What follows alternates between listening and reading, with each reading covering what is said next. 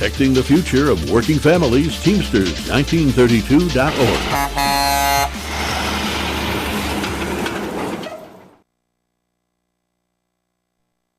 Welcome to the Fabulous Lifestyle Radio Show. Tune in for a vibrant mix of fashion, finance, and life's essential foundations. Join us for expert interviews, insightful discussions, and empowering insights to elevate your lifestyle. From fashion trends to financial tips and personal growth strategies, we've got you covered. So grab your headphones and get ready to be inspired. Tune in now to the Fabulous Lifestyle Radio Show and embark on this exciting journey with us.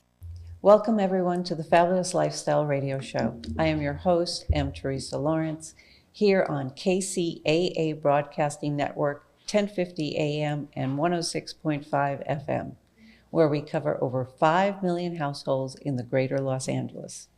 And we are also affiliated with CNBC, NBC, and NBC Sports. You can listen to us every Sunday at 3 p.m. Pacific Time on any of your favorite podcast and streaming channels. We are also on Roku TV, Amazon Fire TV, and Android app. Just remember, subscribe to Building Solid Foundations channel. Hello everyone, I'm M. Teresa Lawrence, your host. I am an author, international speaker, and coach. I am also the president and executive foundation of the Trueness Project, a nonprofit dedicated to helping children and adults remember what it is like to dream and to tell stories, because stories have power. And it is my dream to help the world share their truth, share their authenticity, especially through storytelling. It is when we share our stories, we empower each other. We give ourselves permission to learn from each other and to weave together a tapestry of a better world. And so I hope you join me on my quest to uplift the planet, where we have a really special guest. My guest today is Mark Foster. Mark Foster is a Native American spiritual advisor. He grew up in San Pasqual Indian Reservation in Southern California. He has experienced a life of challenges, including spending 13 years in prison for an involvement in using and selling drugs in the 1990s. It was a time that the meth epidemic was sweeping across the country and San Diego. While in prison, Mark went deep into self-reflection, studied the history of his native people, and participated in a sweat lodge. Mark has been sober for 26 years and believes that it is due to his ability to be in a sweat lodge on a regular basis. Mark's goal and purpose is to get natives into recovery and help them find a way to get sober through sweat lodge or Sundance. He presently lives in Escondido and works at Transition Wellness, an organization dedicated to helping Native Americans to recover from substance abuse and drinking. Welcome, Mark Foster. Hi, Teresa. Welcome. Thank you for letting me come to your show. It's like pretty amazing to see you, and I'm just so thankful to be here and to meet you. I told you I was so excited to interview you. You have the coolest, most inspirational story. So I want to start from the beginning, because it is, you were very upfront with me when we were talking, because I met Mark on a plane. Let's be honest. I met him on a plane and I was like, this guy's cool, right?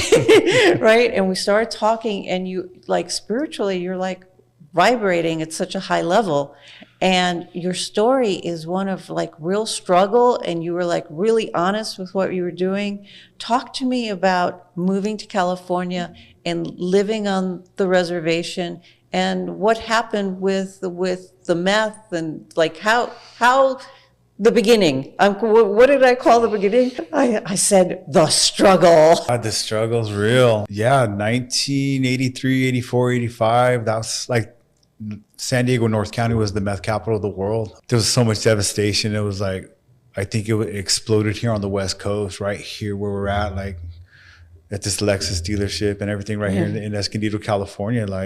There was such a big influx of people cooking dope, doing dope, just tearing up families. And Like me personally, as a kid up till like 13 years old, like we would go to Kid Carson Park right down the road and we would have giant family reunions. You know, there'd be like 6, 7 generations of families and kids and everybody running around. And I think the last time our family had that was probably 1982.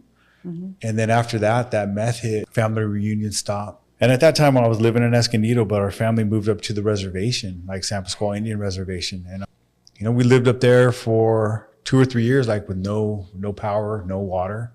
Like we had a generator and we had like a big water tank. We'd go down to the tribal hall, would fill it up in like a waterbed mattress and go up to the hill and pump it into the tank, and then we'd pressurize it with like an air compressor, and that's how we had like running water inside the trailer for years. But you know, like that struggle was okay because like we were all trying to live together, you know what I mean?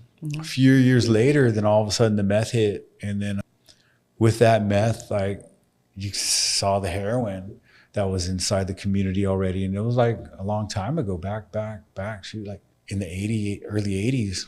Like that heroin was there, the alcoholism was there, but a lot of families were still functioning to a degree. But when that meth came, it just blew everything apart. It was insane. Like within a matter of 3 years, my life went from playing baseball, just right over here, man, like just right over there at Del Dios High School. That's where like the Pony League was, Pony Avocado League, you know. I remember playing over there and just having a great life, but then we moved to the reservation within a couple of years. That transition into that pain and suffering and that dark world, man, it happens quick. So it was a quick transition, like from normal life to a good life. But by the time I hit 15, 16 years old, man, hanging out with these dudes, we were cooking dope, stealing stuff, and my life just got obliterated. It's just insanity. And it was because of the meth. It hit the entire reservation. San Pasqual alone, there was like 3 or 4 people just cooking dope up there on the reservation. And like some of the names, like everybody would know, like Danny, you know, old guy Danny, George, just a lot of those names that are there. And a lot of people that on the reservation that were cooking back then that were like family, you know, like Lawrence, Philip, like the Satalos, man, like those guys, that whole family died, you know, family like just got wiped off the reservation because of the drug use, you know, and So it happens. tell the audience how you got arrested. What happened? My life turned really bad because like in that meth life, I got accustomed to it. And then from that meth, like it wasn't just the meth and doing dope, it was crime. It was all that other stuff that came along with it. And just, you know, not every cook has the same supply of chemicals and all that stuff. And so when that stuff runs out, all of a sudden it's like crime's the next best thing, you know. Bank robbery, armed robbery, felony DUIs, all those things kind of came up. And I did my first stint in California Youth Authority. I went from there to state prison, and then from there to the feds, like to finish off that bank robbery time. So like from the age 18 to 23, I was in prison. It was just, I didn't have a gun or nothing like that. So minimum on that first charge going through was 5 years. So for the people that are listening, this is what meth does to a young man who has promise. And to a whole community, it devastated. So the thing about, we can all have promise, we can all have like a destiny, right?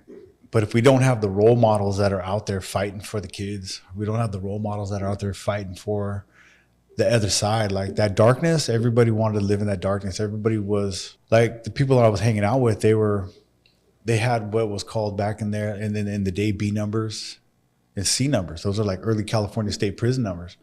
Those guys were all out here and they already had 5, 6, 7 years in prison. So they were running that thug life, that gangster life. And they were comfortable in it? Man, they thrived in that role, you know? They thrived in that role, man. And like young kids are going to try to live up to the next person above them, you know? And unless you have the right role models, like for baseball, for softball, for whatever, like people doing the right thing in the community, like the next thing a kid's going to look up to is like that rough, tumble guy. And it just so happens to be those guys seem to be like thugged out gangster type people. And so I didn't have the right role models to around me at the time. And so like, that's why today I'm trying to be a role model. Like everybody sees me doing the same thing, doing ceremony, doing this, working on cars, doing normal man stuff. You know what I mean? Instead of trying to act all cool and living that other way, you know? So, I mean, we're almost done with this segment, but if you had wisdom to share with your younger self, what would that be? My wisdom to my younger self would be pay attention to my dad more, because the dude showed up every day. He worked every day. He had a craft and a trade, and he kept it simple, and he was a good-hearted man, you know? And I overlooked that, and probably the biggest mistake of my life, for real. So yeah, I would look into family and try to find the right role model. And I had the right role model. I was just blind at the time, so. So when we come back, I want you to talk about prison and the process of, I call that section redemption. Okay, we could do that. I'll be glad to. So, okay, it's time for a break. We'll be right back. Thank you.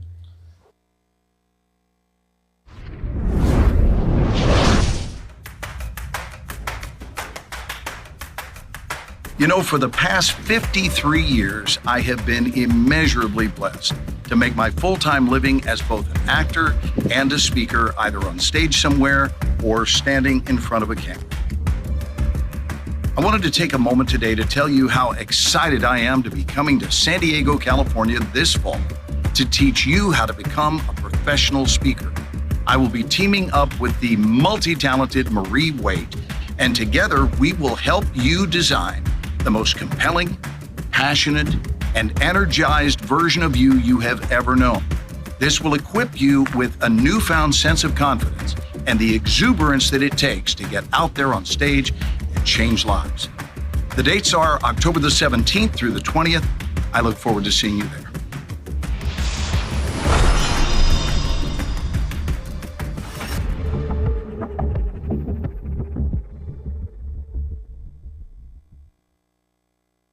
The worst thing a homeowner can do is be without a good set of tools. Don't find yourself caught without the right tools.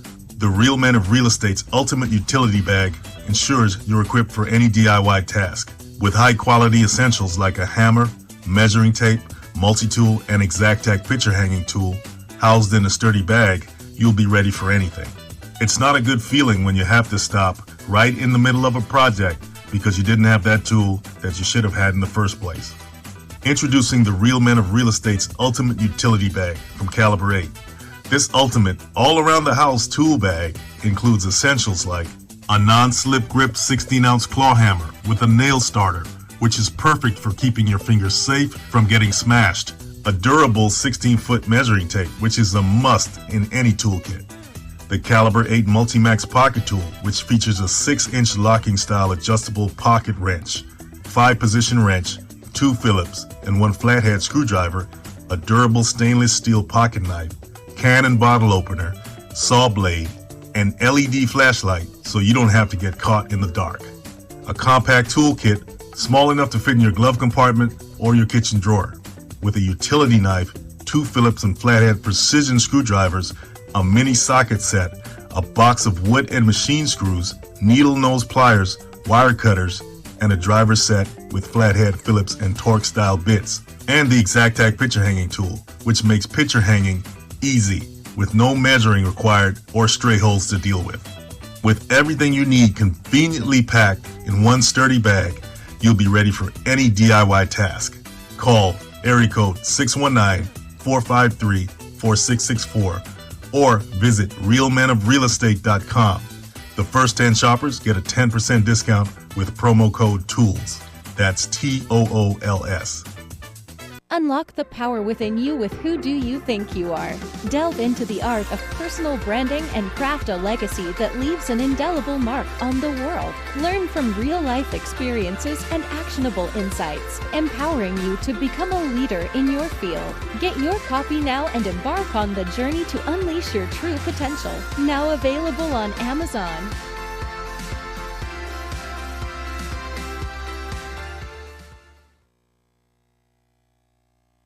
Welcome back to the Fabulous Lifestyle Radio Show. I am your host, M. Teresa Lawrence.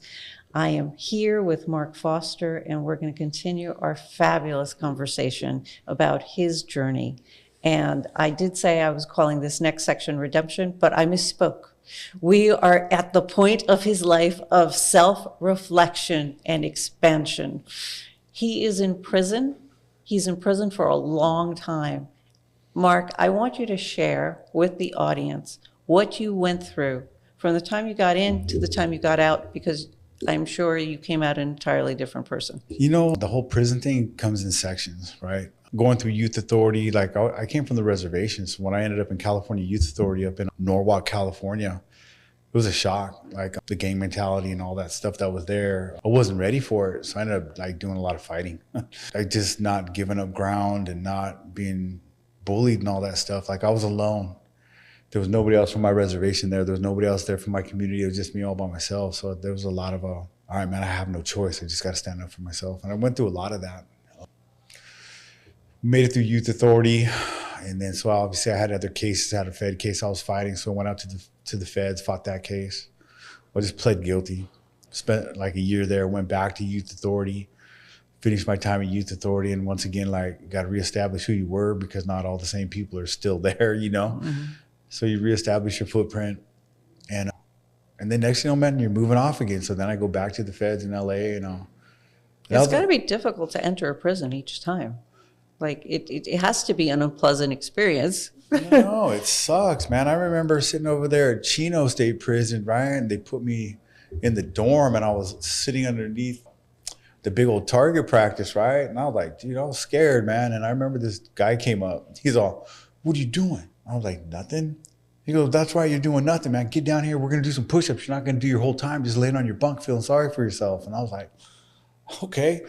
I don't even know this dude, man. But he's like, "Man, kid, you got a lot to learn, boy. You better get over and start doing push-ups and start trying to live your way through this. If not, you're going to be a victim the whole time." And I was like, okay. Wow. So that's like, I started like trying to get my body right, get my mind right, and be active. And you know, like you go through stages, man. You're going to go through that part where you figure out how to live and have that resource and of power to a degree, right? But then all of a sudden, like young men, we take it too far, right? I'm gonna, oh yeah, this is me now, and I'm gonna be all tough, and suddenly we go too far, and I end up like being in the mix on all the bad stuff on the yard to a degree, right? And so like the stages of trying to figure out who I am, right? Like go from this child, like frail, nobody there, and I'm gonna be so tough that nobody can mess with me, and then all of a sudden you can fall over into that bully status to a degree, right? So then you're like, oh man, I don't want to be that guy. Then you reel it back in and you get a little bit older. Then all of a sudden you're like, you realize, man, that you miss your family. You miss your kids. You miss all those people that have been in your life this whole time that we just overlooked, right? Like my dad, I talked about my dad a little bit, overlooking my dad, right? Overlooked my grandparents, like the love of my grandparents. I remember living with my grandparents on the reservation, and I remember like dang, they were awesome. My grandpa was always talking to me about like all the old families and all the old history of the valley, and talking about how it was when it was like 1920, 1921, like still riding a horse, doing like cattle drives in San Diego County. And that stuff right there, man, it was like just sitting there hanging out with my grandparents. All of a sudden I learned that I missed it. And so like I made that turn in this time in prison. Like, of course, like, you know, I got out a couple times and I went back, but it's up to me, man, to make that turn or that pivot and understand. But you figured that out. Before it was like you were living the drift, like what other people were doing, but you figured that out. Dude, I got to the point where like my spirit was like, this ain't you. Like those guys are they're on this road to spend the rest of their life in prison. Like they made that visible choice. They have nothing to live for, nothing to be there when they get out, if they get out. And I'm like sitting there thinking about my grandparents. I got my mom out there, my dad's out there. I'm like, man, I need to make this turn. And I pivoted, made it back to the sweat lodge. And I just made it to where like I felt good in the sweat lodge. I was able to go to the sweat and pray. So let me understand this. So was there a sweat lodge in prison? Yeah, there's a lot of the prisons have sweat lodges now, because like the 1978 Freedom of Religious Act allows Native Americans and all races to have access to the religious like dynamics or whatever they, you know, we can have it, right? And what people don't understand is that rule started because the Native Americans, the Lakotas and Pine Ridge, all their family members would go right down the road to Rapid City, but they couldn't pray. So all these guys are sitting in jail, they can't pray, and they're all Lakota, they're in Indian country, but they can't pray, right? Yes. So then a group of people, and I have a friend named Tyrell Solway, and I met his dad, and his dad was like in DC at the time, and he helped write a lot of that legislation. But that legislation changed changed my life. To this day, like those guys fighting for the rights of natives, all the way from Pine Ridge and all those places, all the way here I am in California. And I have the right as a Native American to go to the Sweat Lodge and pray. And so like you can see what somebody who was a role model in his community, fighting for even the lesser part of his community, the people that went to jail or went to this and all that, they fought for the rights of the brothers. You know what I mean? Yeah, but it's even more powerful than that. They gave you your spirit back. Yeah.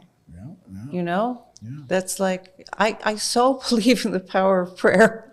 Dude, it's amazing. What's even more amazing, I was at Sundance up in Porcupine, and I met like Terrell Solway's dad, and he was there, and I'm like, dude, I gave him a pack of cigarettes, like that tobacco offering for thank you. You kind of saved my life. You don't know me, you don't know anything about me, but you saved my life by helping to fight for that legislation. So talk to the audience about how being able to go to the Sweat Lodge and really changed your life. Oh God. Okay, so like, So you're in prison, There and I am. now you've made the decision to change your life and speak about the journey. What happens next? So I'm gonna tell you, man. Like, I had a friend named Sonny from down there at Chula Vista, and I met Sonny in Phoenix, Arizona, FCI, and I met Sonny over there. He was a good dude. Like, he always looked out for me because like we're Southern California. So then he gets out, and I don't see him for a while. And then all of a sudden, I see him at FCI Terminal Island, and I see Sonny. And I'm like, "What's up, bro?" And he's all, "I'm sweating. Let's go." And I'm like, "Bro, it's raining outside." He goes, "Don't matter, man. We're gonna sweat." And Sonny, man, he took me back to the Sweat Lodge, right? And got me back into it. And like at that time, I was so hungry because I needed something. I needed something to believe in besides just the carnage and all this and that freaking, that silent rule of that prison life. You know what I mean? Like everybody's doing it, but all those dudes are going to spend the rest of their life in prison. I didn't want to, man. So I made that pivot to the Sweat Lodge and started peeling back the onion, man. They talk about generational trauma. They talk about just personal trauma and talk about like just pain and suffering. But honestly, man, like the way I live my life, like I always indulged that life of misery because I was okay with it. I was okay with it on the reservation. It was miserable and like it was suffering. And I became okay with that. I became comfortable with that. And so in prison, I became comfortable with that. But then all of a sudden, like your spirit, man, inside that Sweat Lodge is like, I want more. Yeah, that's not who you are. No, it's not who I am. I want more. You know what I mean? So then like there was a group of us at the time when we were doing the Sweat Lodge and all that stuff that we started a Teens at Risk program over at Terminal Island. And so we had probably an hour every once in a while, an hour once a month to go in there and talk to kids that the probation departments in the region brought over, and we were able to go out there and give our 2-minute spiel, right? And so like finding a purpose, you know, outside of just, for no other words, to dummy down and participate in all that violence and stupid crap, you know what I mean? But to find a way to live and to start trying to reach out to the community from prison, like, man, God's been amazing. When I put effort in to meet God halfway, the door opens. And so the door. Because you were giving back. Yeah. You were giving back. And when you give back, more opens up. Such an amazing journey, you know what I mean? So like getting to that Sweat Lodge and finding who I am, going through those sweats and just praying, man, and opening it up and it all boils down to this, man, like for real. Learning to be vulnerable again. Learning to be vulnerable and to live life on life's terms and to be the best possible version of myself that day and still be willing to open up and to listen with. Okay, are you guys listening to this? He's in prison and he figures out that the way out is being vulnerable and truthful with himself. I mean, it's really powerful, really beautiful. There's a gentleman out there, his name is James Venner, right? And he came in and he was doing yoga and stuff. And I was like, dude, I'm gonna go do some yoga, some meditation stuff, right? So I'm hanging out with James Venner. And he actually did a documentary about, it's called The Crip Who Loved Yoga, right? And it's a great thing. Like this guy's story, man, was like, he was in, I think like Venice Beach, part of a big old gang over there, went to prison, but he made a difference, man. He started doing yoga and stuff like that. He made it like more part of his life journey. He got out of prison and in the community, helping kids, like doing things in the community with like yoga and all that stuff. But James Venner, like I met that dude and me and him became friends. And like, so A lot of the yoga stuff that came into my life was such an amazing thing because the teachings of yoga are just worded different, but they're so similar to Native American. Yeah, transformation is transformation. Yeah. And So with that, it's time for a break. We'll be right back.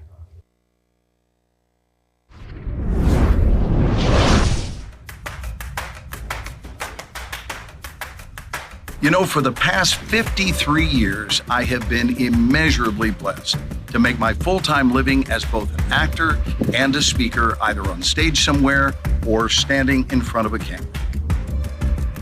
I wanted to take a moment today to tell you how excited I am to be coming to San Diego, California this fall to teach you how to become a professional speaker. I will be teaming up with the multi-talented Marie Waite, and together we will help you design the most compelling, passionate, and energized version of you have ever known. This will equip you with a newfound sense of confidence and the exuberance that it takes to get out there on stage and change lives.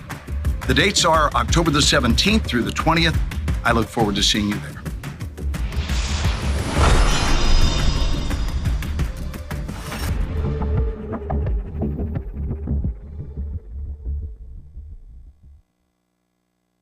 The worst thing a homeowner can do is be without a good set of tools. Don't find yourself caught without the right tools. The Real Men of Real Estate's ultimate utility bag ensures you're equipped for any DIY task. With high-quality essentials like a hammer, measuring tape, multi-tool, and Exactac picture hanging tool housed in a sturdy bag, you'll be ready for anything. It's not a good feeling when you have to stop right in the middle of a project because you didn't have that tool that you should have had in the first place. Introducing the Real Men of Real Estate's Ultimate Utility Bag from Caliber 8. This ultimate all-around-the-house tool bag includes essentials like a non-slip grip 16-ounce claw hammer with a nail starter, which is perfect for keeping your fingers safe from getting smashed, a durable 16-foot measuring tape, which is a must in any toolkit, the Caliber 8 Multimax Pocket Tool, which features a 6-inch locking-style adjustable pocket wrench, 5-position wrench, 2 Phillips, and 1 flathead screwdriver, a durable stainless steel pocket knife, can and bottle opener, saw blade, an LED flashlight so you don't have to get caught in the dark. A compact toolkit small enough to fit in your glove compartment or your kitchen drawer, with a utility knife, 2 Phillips and flathead precision screwdrivers, a mini socket set, a box of wood and machine screws, needle nose pliers, wire cutters, and a driver set with flathead Phillips and Torx style bits, and the Exactac picture hanging tool, which makes picture hanging easy with no measuring required or stray holes to deal with. With everything you need conveniently packed in one sturdy bag, you'll be ready for any DIY task. Call area code 619-453-4664 or visit realmenofrealestate.com. The first 10 shoppers get a 10% discount with promo code TOOLS. That's TOOLS. Unlock the power within you with Who Do You Think You Are? Delve into the art of personal branding and craft a legacy that leaves an indelible mark on the world. Learn from real-life experiences and actionable insights, empowering you to become a leader in your field. Get your copy now and embark on the journey to unleash your true potential. Now available on Amazon.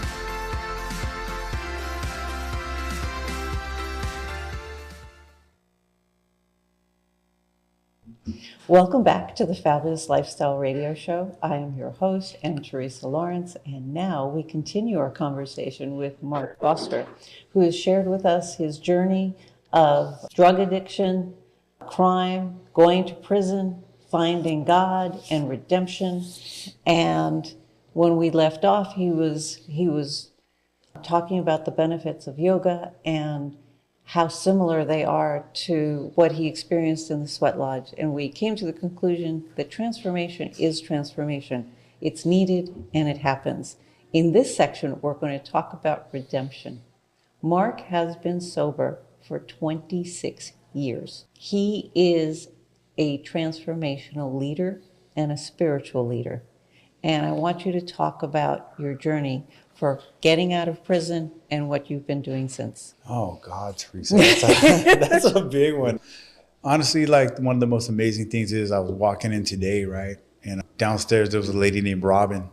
And I used to work at the Cadillac dealership right down the road. I spent over 8 years over there at the Cadillac dealership. And I've been pushing as hard as I can to make a living and to find a living, right? And the best way I knew how, and I was always like good at doing car stuff. But as we know, man, God's plans are different than our plans, right? And so like God kind of disrupted my plan of being a mechanic and made me be a drug and alcohol counselor. And at that point, like, dude, 45 years old, right? I was doing mechanics and all that stuff up into that. And then now all of a sudden, neck surgery, spinal surgery. I got 2 screws, titanium plate in my neck. But what happened? So I was at work, I got hurt. So then I couldn't really do automotive no more. So I had to make a transition to like drug and alcohol. Okay. And so that's what I did. And so like I started at the bottom, like night shifts, all those terrible positions. And then I ended up at a place over on the coast. It was like a really small little drug and alcohol program. They gave me the opportunity to start doing native programming. And so I went and got contracts from like the Indian Health Services up here, like in Rincon, and started figuring out how to do it. Like it wasn't perfect. Kept trying to figure it out, trying to put it in places. So then got a little bit bigger, a little bit smarter. And so then I hooked up like with this little small company called transitionwellness.org. And being able to help people and get natives into treatment has been something that I've been learning about recently. And so like I travel to different states and go to the tribes, get in front of tribal councils and just talk to them about like my journey and finding treatment centers that want to participate in helping natives, you know? And so like doing that and working on like the specifics of insurance, learning about that, how to get natives into insurance, into really good, safe treatment centers that will help people, right? And so I want to stop and talk about that. So with Native Americans, like what are their struggles in going into drug treatment centers? God, man, we've been displaced so many times. So I want you to, talk about that. going in there and like for me, like there's 2 kinds of treatment centers. There's a treatment center that wants to get the insurance money. There's a treatment center that's going to go with the ups and downs of the struggles of the clients. And for the client to be open enough to understand that I am Native, but at the same token, I need to learn how to be human.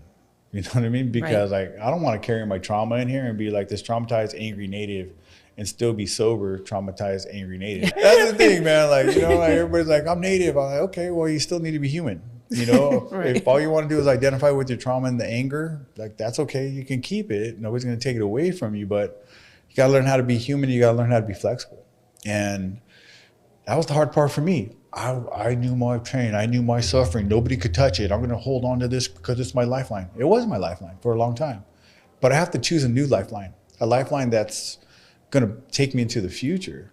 Right. And so like when we're working with certain treatment centers, like we just want to be able to have flexibility where like if they're trying to sweat and we have sweats, we got all sorts of new programs that talk about Native, like congruent stuff and finding people that really want to do it. And so like we have about 5 people in our network and they're all amazing. And like just trying to grow the network and find safe places for natives that have sweat lodges, that have like really good programs. That's like where I'm at today and what I'm doing, and we're still building it today.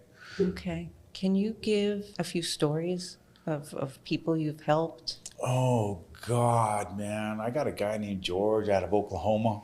The quiet, sullen guy. Quiet Southern guy. He's just sullen. He kind of grumpy. George comes out and he made it. You know what I mean? Like started like going to the sweats and participating and being open. And we do like a well-briety circle in Oceanside where people come out and it's just like it's sponsored by West Coast Recovery.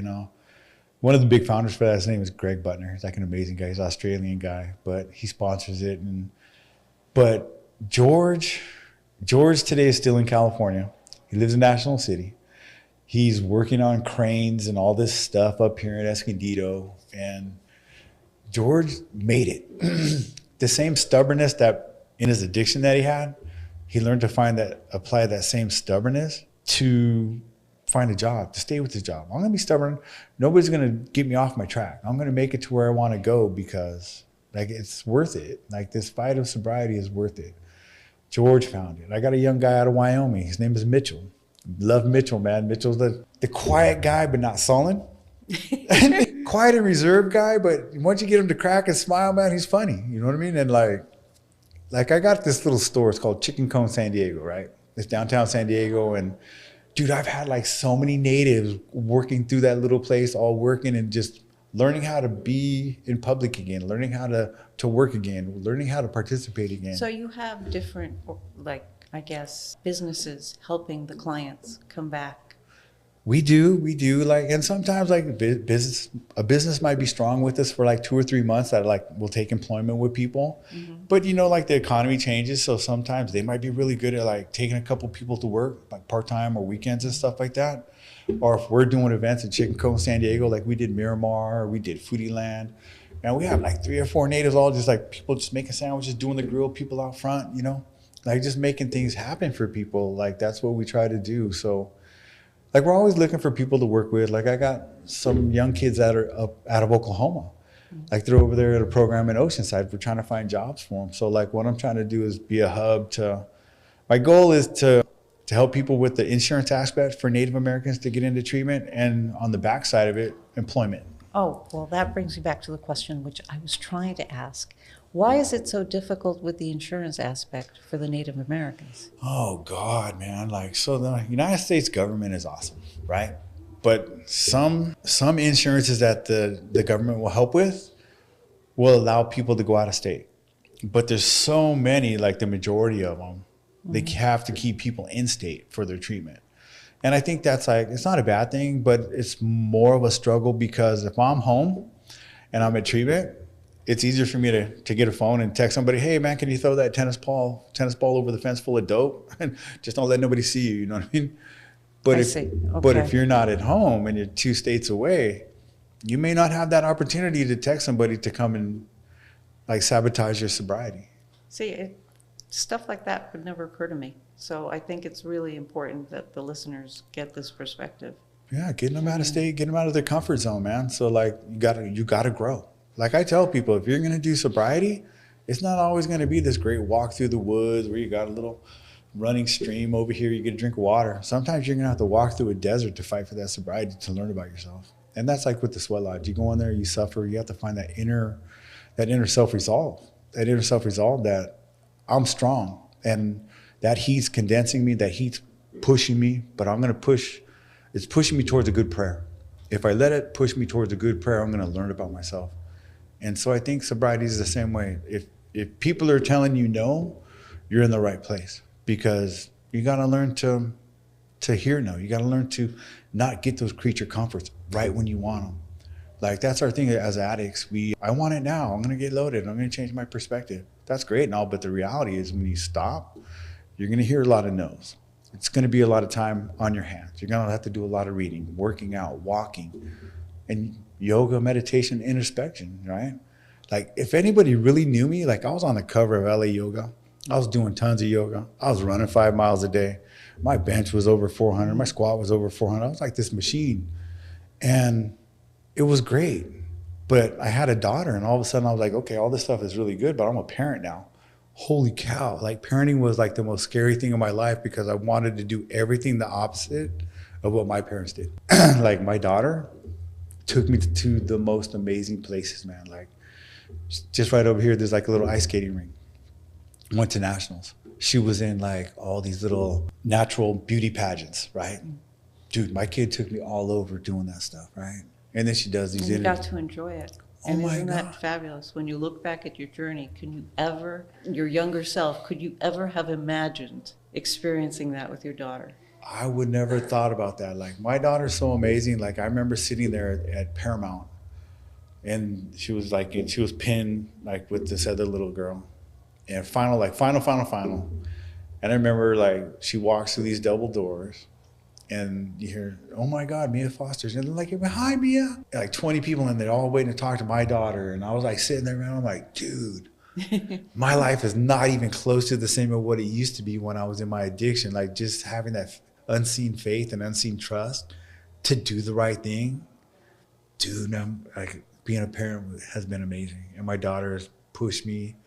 By her just being herself has pushed me to a place of just it's amazing. I've grown being a great parent, or trying to be a great parent to keep up with her. Oh, that's beautiful. And with that, it's time for another break. We'll be right back.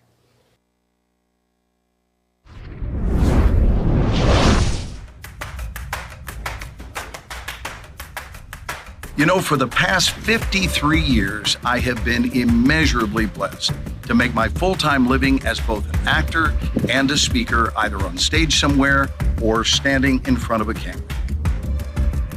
I wanted to take a moment today to tell you how excited I am to be coming to San Diego, California this fall to teach you how to become a professional speaker. I will be teaming up with the multi-talented Marie Waite, and together we will help you design the most compelling, passionate, and energized version of you have ever known. This will equip you with a newfound sense of confidence and the exuberance that it takes to get out there on stage and change lives. The dates are October the 17th through the 20th. I look forward to seeing you there.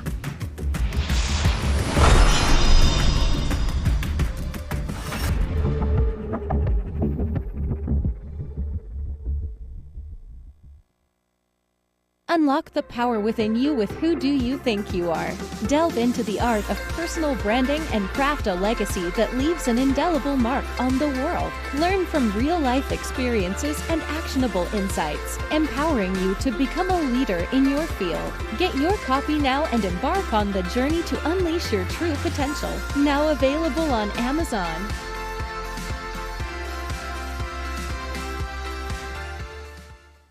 The worst thing a homeowner can do is be without a good set of tools.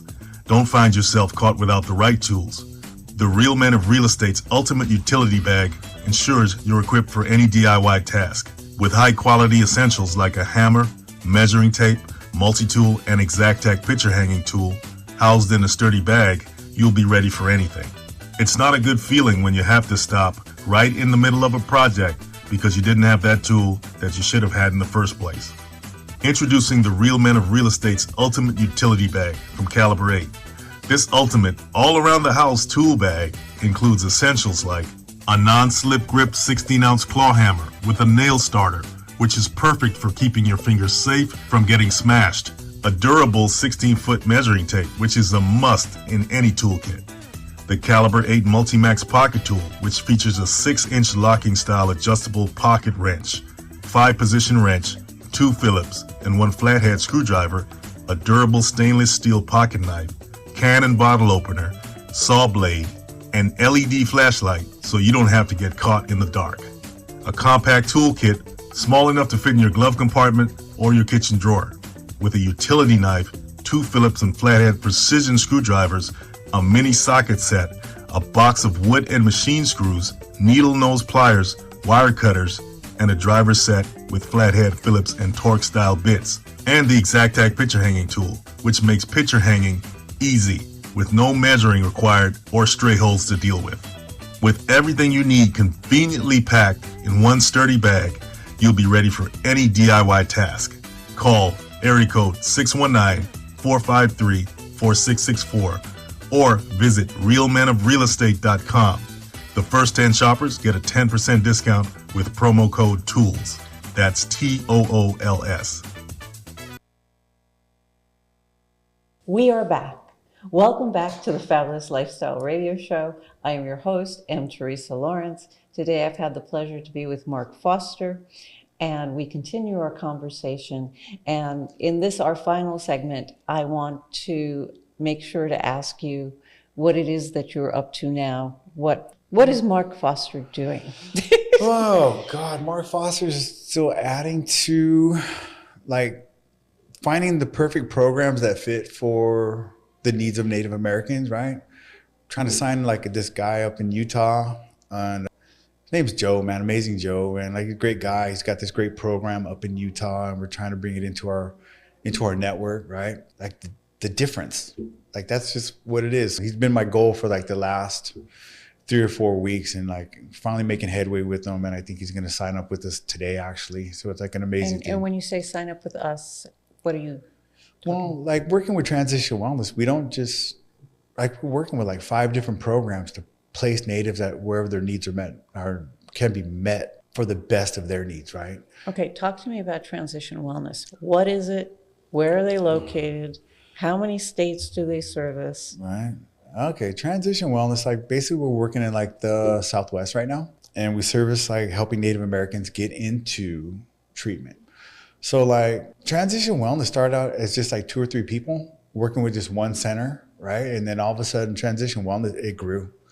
And they were like, hey, Mark, you want to come over? Because I outgrew my place too. And so they're like, hey, man, come over and work with us. I said, let's do it. Since then, we've added 4 programs and we're getting bigger and we got a lot of traction. And so like the needs of Native Americans to find safe places to go to treatment, because Phoenix, Arizona, like it put a bad scar on Native Americans going into treatment. It really put a blight on it, what happened over there. And we're trying to fix that. And we're not trying to fix it, we are fixing that, and we're finding safe places. So for me, when we're talking about Native programming, I'm talking about safe places, not just program, but safe. That's like the most important. And so we're growing, and transition wellness. So like it's transition wellness, TRANSITIONS, wellness, WELLNESS.org. If you go on there, any Native can go on there. And what our goal is, we are limited to getting insurance for some people, or to helping them find insurance that's applicable for situations. Enrolled band members is the one that we can always help. But lineal descent, like that's the part where so many Natives struggle because we're not Native enough. I fall into that category. I'm not Native enough. Been on the reservation my whole life and everything. That's like fascinating to me. What is not Native enough? But this is what I'll tell you, right? So there's like, if you got dog breeds, horse breeds, and natives. So dog has a blood degree, a horse has a blood degree, and a Native American has a blood degree. If you fall below the quantum, the government doesn't recognize you, or your tribe doesn't recognize you. And so that's like the part that I want to change. I want to be able to help Natives no matter what you're going through, and find a way to put families back together. If you got that mom that's suffering with addiction, might fall under that threshold. My goal is to, and this is what I'm going to do. I'm making a nonprofit, and that nonprofit is going to be solely geared towards helping Natives that need insurance. And I'm going to be lobbying to get donations to have a slush fund to get Natives into treatment, and to put them into safe places to rebuild families and rebuild communities. That's like the next goal for Mark Foster right now, because we got a big network with transitions. And how many states? Oh God, man, we're working California. We can work Arizona. We are working Nevada recently. We're going to be working in Nevada. And there's a gentleman out in Texas, in San Antonio. His name is Greg. He has a horse ranch. He wants to participate in this too, right? So we're trying to get Greg on board, and we're trying to get our footprint a little bit bigger. But yeah, we are working into Montana, Wyoming. The next one to crack into that we're trying to get to is either like South Dakota or maybe even North Dakota. But like, if I get my nonprofit working to where I want, and I get some people to step on board with that insurance, everybody can get treatment, because there is insurance out there that will work for the purpose of getting people healed, healing families and all that stuff. And finding that platform to work from, that's like my next step. Like, we got a network right now that's safe enough and good enough to put 25, 30 Natives a month, right? The next goal is like this get the ones that are unhelpable, the ones that are deemed not Native enough, but not white enough, or not whatever. Like, there's a whole middle person right there that's been overlooked, and I'm one of them. I've been lucky enough to find places to work and find a way through it, to learn a little bit of knowledge about this industry. Mm-hmm. And the next step is making it happen, and we can do it, So like, being here today, like, God dang, man, I need to step my game up. You know what I mean? So Mark, it has been a pleasure having you on the show, and I'm going to give everybody else, again, the contact information: transitionwellness.org, transitionwellness.org. It has been an incredible interview. You are so special and such a gift to the world for what you do. Right. And I know that this interview is going to help a lot of people. I just think it's so important that we recognize the journey that Mark went through. That transformation is so necessary for all of us at every level, and how this man represents going beyond the drift and finding the light and using God as the guide. and sharing that with other people. So thank you from my heart for being here. I appreciate you. No, thank you. Oh my God, this has been such a joy, man. Like such an amazing opportunity, and like I'm not really sure how to put my phone number out there. Can I just put my phone number Yeah, out? absolutely. You can say it. 760-685-2418.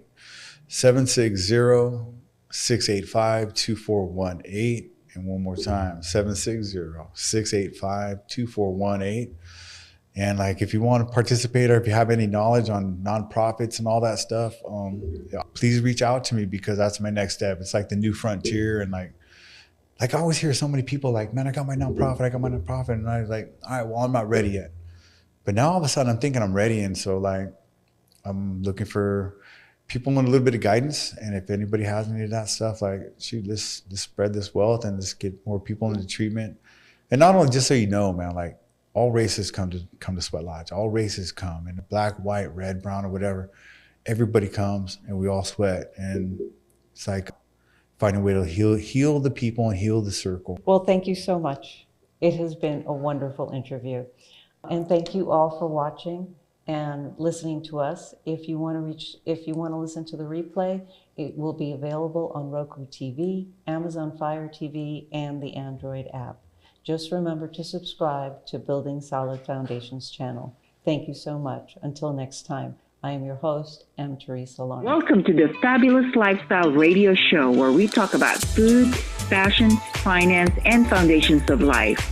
We are live on KCAA Radio Broadcasting Network. KCAA is affiliated with CNBC, NBC News, and NBC Sports.